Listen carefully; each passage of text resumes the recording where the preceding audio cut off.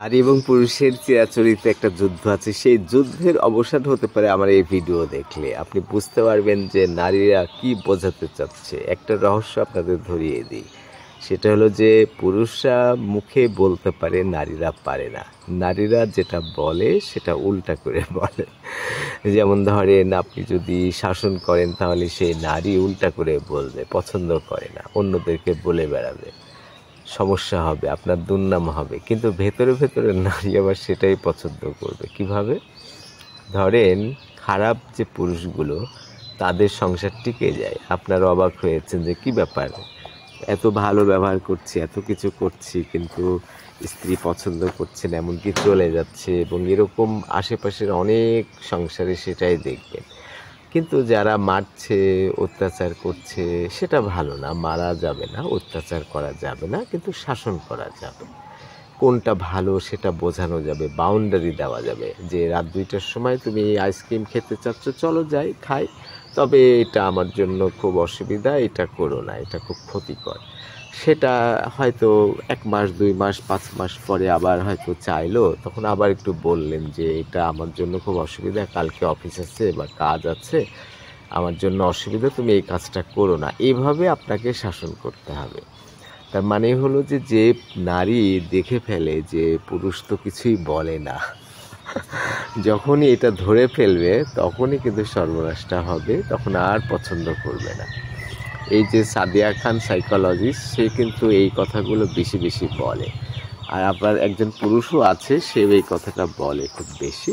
তার মানে হলো যে অনেক গবেষণা করে বোঝা গেছে নারীরা বিশেষ করে এগিয়ে আসছে সাদিয়া খানের মতো, যে পুরুষরা তাদের ভাষা বোঝে না।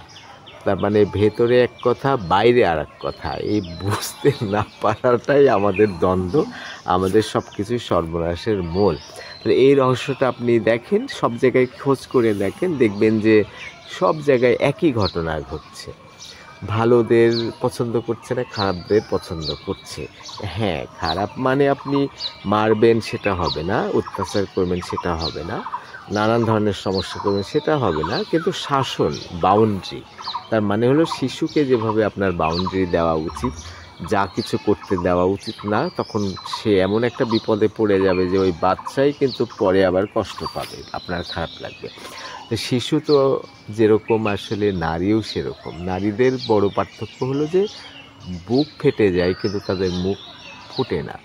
আর শিশুদের হলো ব্রেনটাই দুর্বল, তারা বুঝতেই পারে না, তারা ভাষা দিয়ে প্রকাশ করতে পারে না, তারা বোঝাতে পারে না, তারা খ্যান ধরে, জিদ করে, এটা সেটা করে।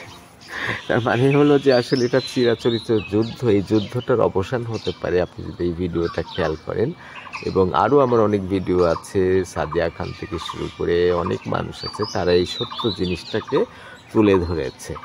তার মানেই হলো যে যখন একটা নারী বুঝছে যে এই হাজব্যান্ডকে তো কিছু করা যাবে না, তার মানে চিট করা যাবে না, কোনো খারাপ কাজে নিয়ে যাওয়া যাবে না, আবার আমি খারাপ কাজ যদি করি তাহলে আমাকে কিন্তু ছাড়বে না, এই মানসিকতা যখন আপনি তৈরি করতে পারবেন তখনই টিকে যাবে। তার মানে জাস্টিন ট্রুডোর মতো ব্যক্তিত্ব পৃথিবীতে হাতে গোনা, কিন্তু তাকেও তার স্ত্রী ছেড়ে গেল, কারণ অতিশয় ভদ্র, সে হয়তো কোনো বাউন্ডারি দেয় না, সব কিছু সে স্বাধীনতা দেয়। সে মনে করে যে আমার বউটা ভালো না, আমার কথা শুনে না। আসলে কিন্তু তা না, শুনতে বাধ্য করতে হবে, মানে বিভিন্ন কৌশল অবলম্বন করতে হবে। হয়তো বললেন যে তুমি তো এই কাজটা খারাপ কাজ করে ফেললা, তোমার সাথে আমার আর সম্পর্ক নাই, এরকম একটা পরিবেশ তৈরি হতে পারে। তারপরে যখন ক্ষমা চাইবে, হয়তো একবার ক্ষমা করলেন, বোঝালেন যে তুমি এই কাজটা আমি কিন্তু মেনে নেব না। আমার বন্ধু সাদেক, এই হার্ডওয়্যারের দোকানদার, সে কিন্তু ভীষণ ট্যালেন্টেড। সে একটা বিষয় খুব বলেছে, সেটা হলো যে তার চরিত্র নিয়ে যখন তার স্ত্রী কথা বলে, তখন সে বলে যে আমি কিন্তু তোকে মারিনি, এই করিনি, সেই করিনি, কিছু করিনি, কিন্তু একটা জায়গায় কিন্তু আমি আর এটা বরদাস্ত করব না, আমি কোনোভাবেই মেনে নিব না, যদি এর পরে চরিত্র নিয়ে কথা বলিস তাহলে তোকে একদম বাপের বাড়ি পাঠিয়ে দেব। তার মানে এরকম শাসন। তার মানে সে যে তার স্ত্রীকে অত্যাচার করে তা কিন্তু না, কিন্তু তার স্বাধীনতাতে হস্তক্ষেপ করে। তার খারাপ জিনিসে বাধা দেয় এবং তার নিজের যে অপছন্দ সেটা তার স্ত্রীকে বুঝতে দেয়।